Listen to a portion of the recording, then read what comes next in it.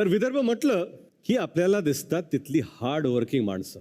याच मातीचा सुगंध आणि वराडी भाषेचा स्वॅग घेऊन येत आहेत आपले नेक्स्ट रिअल हिरो. त्यांच्या कष्टाने त्यांना एक वेगळी ओळख मिळवून दिली आहे. ते आहेत ट्रेंडिंग फिटनेस कोच आणि असंख्य कामगारांचे प्रतिनिधी. एव्ही प्लीज. मन शुद्ध तुझ गोष्ट हाये पृथ्वी मोलाची, हा पृथ्वी मोलाची. तू चाल पुढं तुला रगड्या भीती कशाची, परवा बिकुनाची, परवा बिकुनाची, परवा बिकुनाची. जेव्हा मी लग्न केलं होतं घरचे सर्व नाही म्हणत होते की बा पोराच्या घरी काय आहे, एक तर तो हमाला आहे समजा. आजपर्यंत मी ना दुसऱ्याच्या घरासाठी पोते उचलले, पण स्वतःचं घर मायावाला बनवायचं राहूनच गेलं. पण पाहणं माया नशिबाचा गेमच पलटला. आज जगातल्या सगळ्यात सुंदर आणि सगळ्यात मोठ्या घरात मला हक्कानं यायची संधी मिळाली आहे.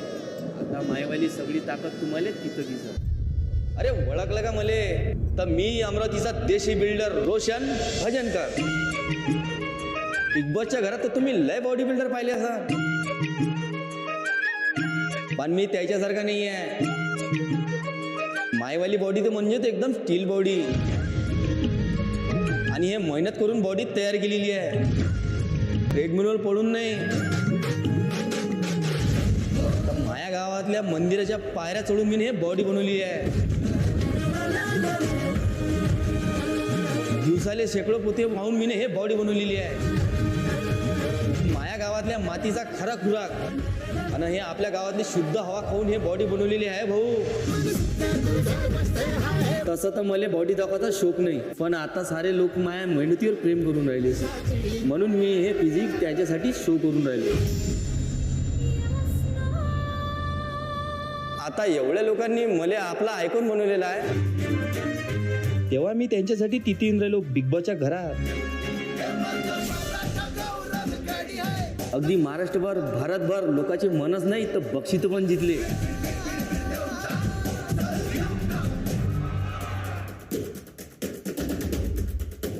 आणि आता आपल्याला सगळ्यात मोठी ट्रॉफी जितायची आहे, ते पण आहे फक्त बिग बॉस मराठीची. माया आतली जिद्द आणि माया विदर्भाचा अभिमान घेऊन मी तिथे येऊन राहिलो. तुमचा लाडका देशी बिल्डर रोशन भजनकर. जय महाराज. तर जोरदार टाळणी स्वागत करूया अमरावतीवरून येत असलेले देशी बॉडी बिल्डर रोशन भजनकर यांचं.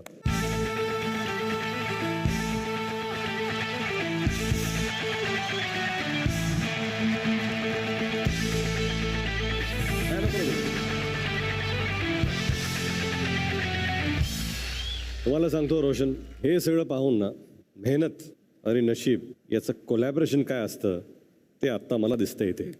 धन्यवाद दादा. दादा पण एक गोष्ट मला सांगायची आहे. आज मी ह्या स्टेजवर आलो तर एका व्यक्तीच्या आहे ना, दोघा व्यक्तीच्या आहे ना. सांगू की त्याचं नाव? प्लीज सांगा.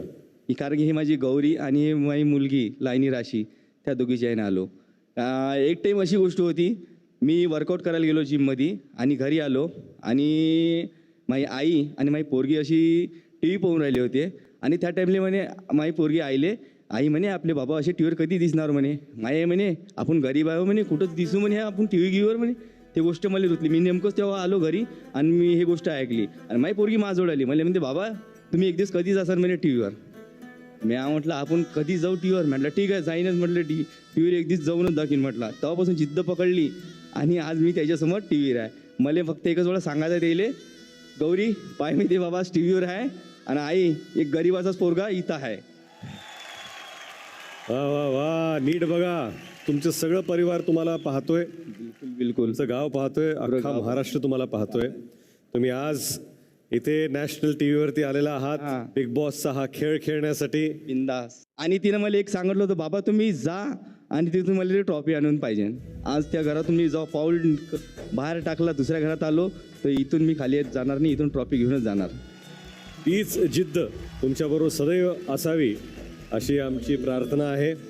तुम्ही मेहनत तर केली, पण आता जसं एक असतं ना मेहनत आणि शॉर्टकट, तसंच आमच्या ह्या मंचावर पण आहे. ह्या सीझन पासून आता 2 दार आहेत. एक मेहनतीचा दरवाजा आहे, पण दुसरा एक दरवाजा आहे तो पाठीमागे आहे तिकडे. ते दार दिसतंय ज्याचा डोळा आहे ते आहे शॉर्टकट दार. तर तुम्ही काय निवडाल? हा इंडिव्हिज्युअल गेम आहे, तर तुम्हाला ठरवायचं आहे तुम्हाला कुठली दिशा निवडायची. जय बजरंगबलीचं नाव घेऊन आणि ह्याच दरवाज्यातून निघून जाईल.